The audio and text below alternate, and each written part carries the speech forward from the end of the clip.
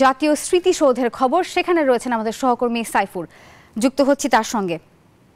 সাইফুর, এখন আপনি কেমন পরিস্থিতি দেখছেন সেখানে জানাবেন, এবং সেই সাথে যারা আগত আছেন তারা এই বিজয় দিবস নিয়ে কি বলছেন?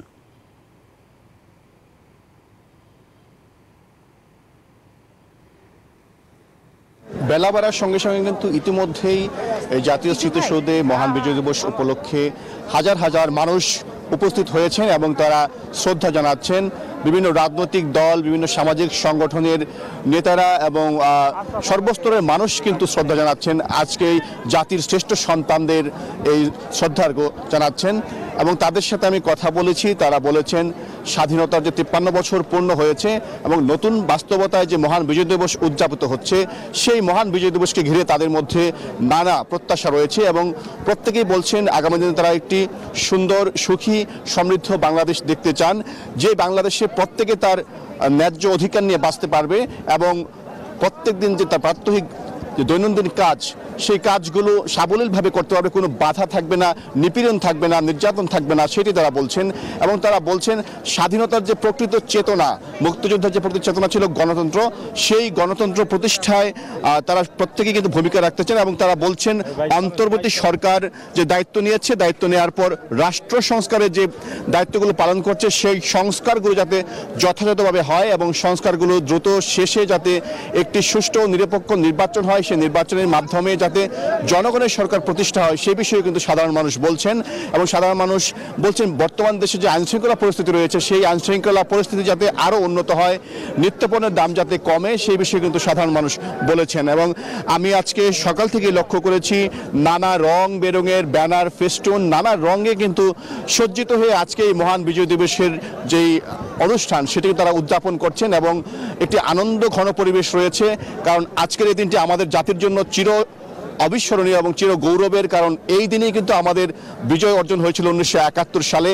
এবং সেই যে বিজয়, সেই বিজয়টিকে ধারণ করে প্রত্যেকটি মানুষই চান বাংলাদেশের স্বাধীনতা, সার্বভৌমত্ব এবং বাংলাদেশের মর্যাদা বিশ্বের বুকে আরও এগিয়ে নিতে এবং বাংলাদেশকে বিশ্বের বুকে একটি সুখী, সমৃদ্ধ, আধুনিক রাষ্ট্র হিসেবে তারা কিন্তু দেখতে চান।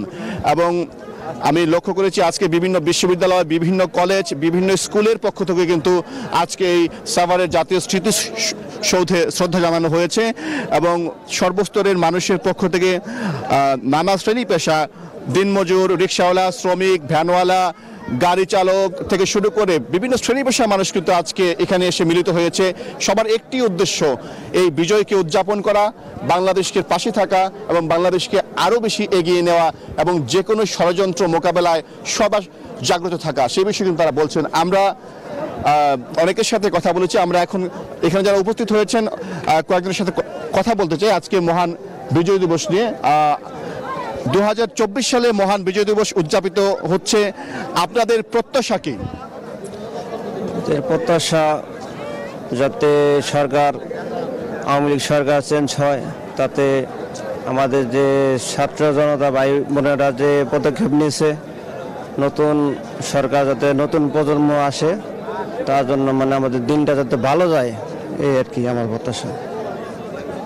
সবারই প্রত্যাশা 24-এর যে গণবিপ্লব হয়েছিল, সেই গণবিপ্লবের পর নতুন যে বাস্তবতা এসেছে, সেই বাস্তবতাকে ধারণ করে বাংলাদেশকে আরও এগিয়ে নেওয়া, বাংলাদেশের যে গত 15 বছর যে নির্বাচনী ব্যবস্থা ছিল না, ভোটের ব্যবস্থা ছিল না, সেগুলো যাতে না হয় এবং নতুন একটি পরিবেশ আসে, সেই বিষয়ে কিন্তু তারা বলছেন। আমরা কথা বলতে চাই আরও এখানে যারা এসেছেন।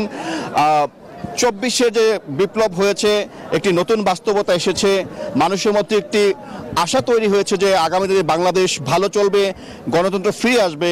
আপনি কি মনে করছেন? ধন্যবাদ। আসসালামু আলাইকুম। আমি মোহাম্মদ কাউসার আহমেদ, মেম্বার সদর ইউনিয়ন, ধামরা ইউনিয়ন। গণবিপ্লব যেহেতু শুরু হয়ে গেছে এবং কি এত ত্যাগ তিতিক্ষার পরে ছাত্র জনতার আন্দোলনের পর দেশ একটা স্বাধীনতা পেয়েছে। আমরা চাই সুষ্ঠু নির্বাচনের মাধ্যমে জনগণের মতের। সাইফুর, ধন্যবাদ। আপনি থাকুন আমাদের সঙ্গে, আমরা আবারও আপনার সঙ্গে যুক্ত হব।